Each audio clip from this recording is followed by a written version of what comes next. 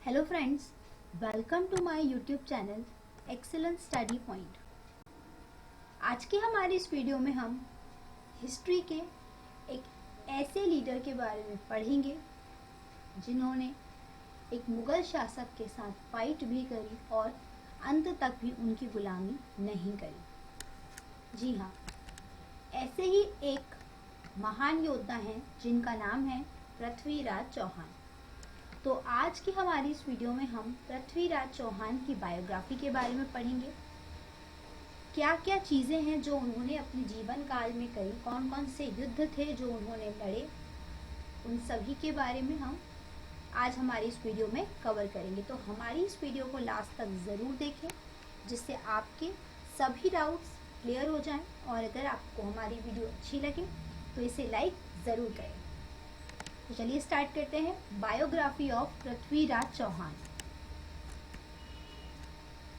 पृथ्वीराज चौहान का जन्म। भारत के महान शासक पृथ्वीराज चौहान का जन्म 1149 में हुआ।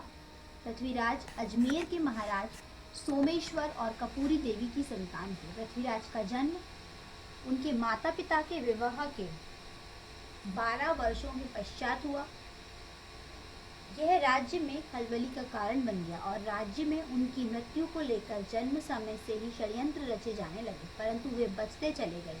परंतु मात्र 11 वर्ष की आयु में पृथ्वीराज के सिर से पिता का साया उठ गया था। उसके बाद भी उन्होंने अपने दायित्व अच्छी तरह से निभाए और लगातार अन्य राज्यों को पराजित कर अपने राज्य का विस्तार करते गए। पृथ्वीराज के बचपन के मित्र चंद्रबरदाई थे, उनके लिए किसी भाई से कम नहीं थे। चंद्रबरदाई तोमर वंश के शासक अनंगपाल की बेटी के पुत्र थे। चंद्रबरदाई बाद में दिल्ली के शासक हुए और उन्होंने पृथ्वीराज चौहान के सहयोग से पिथौरगढ़ का निर्माण किया, जो आज भी दिल्ली में पुराने किले के नाम से विद्यमान है। पृथ्वीराज चौहान और उनका दिल्ली पर उत्तराधिकार कैसे हुआ? अजमेर की महारानी कपूरी देवी अपने पिता अंगपाल की इकलौती संतान थी, इसलिए उनके सामने सबसे बड़ी समस्या यह थी कि उनकी मृत्यु के पश्चात उनका शासन कौन संभालेगा। उन्होंने अपनी पुत्री और दामाद के सामने अपने दोहित्र को अपना उत्तराधिकारी बनाने की इच्छा प्रकट की और दोनों की सहमति के पश्चात युवराज पृथ्वीराज को अपना उत्तराधिकारी घोषित किया। सन 1166 में महाराज अंगपाल की मृत्यु के पश्चात पृथ्वीराज चौहान की दिल्ली की गद्दी पर राज्याभिषेक किया गया और उन्हें दिल्ली का कार्यभार सौंपा गया था। पृथ्वीराज चौहान को यहाँ पर दिल्ली का शासक बनाया गया था। पृथ्वीराज चौहान और कन्नौज की राजकुमारी संयोगिता की कहानी। अब यहाँ पर जो पृथ्वीराज चौहान थे, उन्होंने कन्नौज की राजकुमारी संयोगिता से विवाह किया था। यह कौन थी? संयोगिता के पिता जयचंद्र पृथ्वीराज के साथ ईर्ष्या भाव रखते थे, तो अपनी पुत्री का पृथ्वीराज चौहान से विवाह का विषय तो दूर तक सोचने योग्य बात नहीं थी। जयचंद्र केवल पृथ्वीराज को नीचे दिखाने का मौका ढूंढते रहते थे। यह मौका उन्हें अपनी पुत्री के स्वयंवर में मिला। राजा जयचंद्र ने अपनी पुत्री संयोगिता का स्वयंवर आयोजित किया। इसके लिए उन्होंने पूरे देश में राजाओं को आमंत्रित किया, केवल पृथ्वीराज चौहान को छोड़कर। पृथ्वीराज को नीचा दिखाने के उद्देश्य से उन्होंने स्वयंवर में पृथ्वीराज की मूर्ति द्वारपाल के स्थान पर रखी, परंतु इसी स्वयंवर में पृथ्वीराज ने संयोगिता की इच्छा से उनका अपहरण किया और भरी महफिल में उन्हें अपने साथ अपनी रियासत में ले आए और दिल्ली आकर दोनों का पूरी विधि से विवाह संपन्न हुआ। इसके बाद राजा जयचंद्र और पृथ्वीराज के बीच दुश्मनी और भी ज्यादा बढ़ गई। पृथ्वीराज की विशाल सेना के बारे में जान लेते हैं। पृथ्वीराज चौहान की सेना बहुत ही विशालकाय थी, जिसमें 13 लाख सैनिक और 300 हाथी थे। कहा जाता है कि उनकी सेना बहुत ही अच्छी तरह से संगठित थी। इसी कारण इस सेना के बूते उन्होंने कई युद्ध जीते और अपने राज्य का विस्तार करते चले गए, परंतु अंत में कुशल घुड़सवारों की कमी और जयचंद्र की गद्दारी और अन्य राजपूत राजाओं के सहयोग के अभाव में वे मोहम्मद गौरी से द्वितीय युद्ध हार गए। यहाँ पर जो राजा जयचंद्र थे और कुछ और भी राजपूत राजा थे, जिन्होंने यहाँ पर पृथ्वीराज चौहान के साथ विद्रोह किया और मोहम्मद गौरी के साथ जाकर मिल गए। इस वजह से यहाँ पर जो पृथ्वीराज चौहान थे वो मोहम्मद गौरी के साथ दूसरा जो युद्ध हुआ था उसे हार गए थे, बाकी पहले युद्ध में पृथ्वीराज चौहान की ही विजय हुई थी। तो जान लेते हैं पृथ्वीराज चौहान और मोहम्मद गौरी के प्रथम युद्ध के बारे में। अपने राज्य के विस्तार को लेकर पृथ्वीराज चौहान हमेशा सजग रहते थे और इस बार अपने विस्तार के लिए उन्होंने पंजाब को चुना था। इस समय संपूर्ण पंजाब पर मोहम्मद शहाबुद्दीन गौरी का शासन था। वह पंजाब के ही बठिंडा से अपने राज्य पर शासन करता था।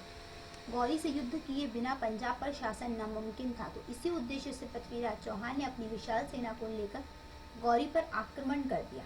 अपने इस युद्ध में पृथ्वीराज चौहान ने सर्वप्रथम यहाँ पर उन्होंने अपनी सेना के साथ आक्रमण किया और इस युद्ध में पृथ्वीराज चौहान ने सर्वप्रथम हांसी, सरस्वती और सरहिंद पर अपना अधिकार किया, परंतु इसी बीच अनिलवाड़ा में विद्रोह हुआ और पृथ्वीराज को वहां जाना पड़ा और उनकी सेना ने अपनी कमान खो दी और सरहिंद का किला फिर खो दिया। अब जब पृथ्वीराज अनिलवाड़ा से वापस लौटे, उन्होंने दुश्मनों के छक्के छुड़ा दिए। युद्ध में केवल वही सैनिक बचे जो मैदान से भाग खड़े थे। इस युद्ध में मोहम्मद गौरी भी अधमरे हो गए, परंतु उनके एक सैनिक ने उनकी हालत का अंदाजा लगाते हुए उन्हें घोड़े पर डालकर अपने महल ले गया और उनका उपचार कराया। इस तरह यह युद्ध परिणामहीन रहा। यह युद्ध सरहिंद किले के पास तराइन नामक स्थान पर हुआ था, इसलिए इसे बैटल ऑफ तराइन भी कहते हैं। ये तराइन में हुआ था, इसीलिए हम इसे बैटल ऑफ तराइन भी कहते हैं। First battle of Tarain and second battle of Tarain, इसलिए इसे तराइन का युद्ध भी कहते हैं। इस युद्ध में पृथ्वीराज ने लगभग 7 करोड़ रुपए की संपदा अर्जित की, जिसे उसने अपने सैनिकों में बांट दिया था। अब यहाँ पर मोहम्मद गौरी को जीवन दान दिया था एक बार पृथ्वीराज चौहान ने। इसके बाद यहाँ पर सेकेंड बैटल ऑफ तराइन हुआ। मोहम्मद गौरी और पृथ्वीराज चौहान का दूसरा विश्व युद्ध। अपनी पुत्री संयोगिता के अपहरण के बाद राजा जयचंद्र के मन में पृथ्वीराज के लिए कटुता बढ़ती चली गई तथा उसने पृथ्वीराज को अपना दुश्मन बना लिया। वो पृथ्वीराज के खिलाफ अन्य राजपूत राजाओं को भी भड़काने लगा। जब उसे मोहम्मद गौरी और पृथ्वीराज के युद्ध के बारे में पता चला तो वह पृथ्वीराज के खिलाफ मोहम्मद गौरी के साथ खड़ा हो गया। दोनों ने मिलकर 2 साल बाद सन 1192 में पुनः पृथ्वीराज चौहान पर आक्रमण किया। यह युद्ध भी तराइन के मैदान में हुआ, इसलिए इसे सेकेंड बैटल ऑफ तराइन कहते हैं। इस युद्ध के समय जब पृथ्वीराज के मित्र चंद्रबरदाई ने अन्य राजपूत राजाओं से मदद मांगी तो संयोगिता के स्वयंवर में हुई घटना के कारण उन्होंने भी उनकी मदद से इनकार कर दिया। ऐसे में पृथ्वीराज चौहान अकेले पड़ गए। उन्होंने अपने 3 लाख सैनिकों के द्वारा गौरी की सेना का सामना किया, क्योंकि गौरी की सेना में अच्छे घुड़सवार थे। उन्होंने पृथ्वीराज की सेना को चारों ओर से घेर लिया। ऐसे में वे न आगे बढ़ पाए न ही पीछे हट सकते थे। जयचंद्र के गद्दार सैनिकों ने राजपूत सैनिकों का ही संहार किया और पृथ्वीराज की हार हुई। युद्ध के बाद पृथ्वीराज और उनके मित्र चंद्र बरदोई को बंदी बना लिया गया। राजा जयचंद्र को भी उसकी गद्दारी का परिणाम मिला और उसे भी मार डाला गया, यानी कि मोहम्मद गौरी ने राजा जयचंद्र को भी मार दिया था। अब पूरे पंजाब, दिल्ली, अजमेर और कन्नौज में गौरी का शासन था। इसके बाद में कोई राजपूत शासक भारत में अपना राज लाकर अपनी वीरता साबित नहीं कर पाया। यहाँ पर राजपूत शासन पृथ्वीराज चौहान के बाद खत्म हो गया था। अब यहाँ पृथ्वीराज चौहान की मृत्यु हो गई थी, क्योंकि यहाँ पर जब वो सेकेंड बैटल हार गए थे मोहम्मद गौरी से, और ये सिर्फ राजपूत राजाओं के कारण और जयचंद्र के कारण वो ये युद्ध हारे थे। इसके बाद गौरी से युद्ध के पश्चात पृथ्वीराज को बंदी बनाकर उनके राज्य ले जाया गया। वहाँ उन्हें यातनाएं दी गई। तब पृथ्वीराज की आंखों को लोहे के गर्म सरियों द्वारा जलाया गया। इससे वे अपनी आंखों की रोशनी खो बैठे। जब पृथ्वीराज ने उनकी मृत्यु के पहले आखिरी इच्छा पूछी गई तो उन्होंने भरी सभा में अपने मित्र चंद्रबरदोई के शब्दों पर शब्द वेदी बाण का उपयोग करने की इच्छा प्रकट की थी, यानी कि उन्हें फांसी देने जा रहे थे तो उससे पहले उनकी आंखें निकाल ली गई थी और उसके बाद उनकी आखिरी इच्छा पूछी गई थी। तो उन्होंने आखिरी बार शब्द वेदी बाण चलाया था चंद्र बरदोई के शब्दों पर, और इसी प्रकार चंद्र बरदोई द्वारा बोले गए दोहे का प्रयोग करते हुए उन्होंने गौरी की हत्या भरी सभा में कर दी थी। इसके पश्चात अपनी दुर्गति से बचने के लिए दोनों ने एक दूसरे की जीवन लीला भी समाप्त कर दी, और जब संयोगिता ने यह खबर सुनी तो उसने भी अपना जीवन समाप्त कर दिया। इस तरीके से यहाँ पृथ्वीराज चौहान की मृत्यु भी हो गई थी और मोहम्मद गौरी की मृत्यु भी हो गई थी, क्योंकि यहाँ पर जो पृथ्वीराज चौहान थे वो शब्द बेदी बाण चलाते थे, यानी कि सिर्फ आवाज़ सुनकर वो बाण मार दिया करते थे। तो यहाँ पर उन्होंने शब्द बेदी बाण चलाया था, जिससे मोहम्मद गौरी की भी यहाँ पर मृत्यु हो गई और पृथ्वीराज चौहान की भी डेथ हो गई थी। ये थे पृथ्वीराज चौहान। ये बहुत ही महान शासक थे और एक अच्छे राजपूत राजा भी थे। आज की वीडियो में बस इतना ही। अगर आपको हमारी वीडियो पसंद आई हो तो इसे लाइक करें, शेयर करें अपने दोस्तों के साथ और हमारे चैनल एक्सीलेंस स्टडी पॉइंट को सब्सक्राइब ज़रूर करें, जिससे आपको हमारी वीडियो से जुड़े सभी लेटेस्ट अपडेट्स मिलते हैं।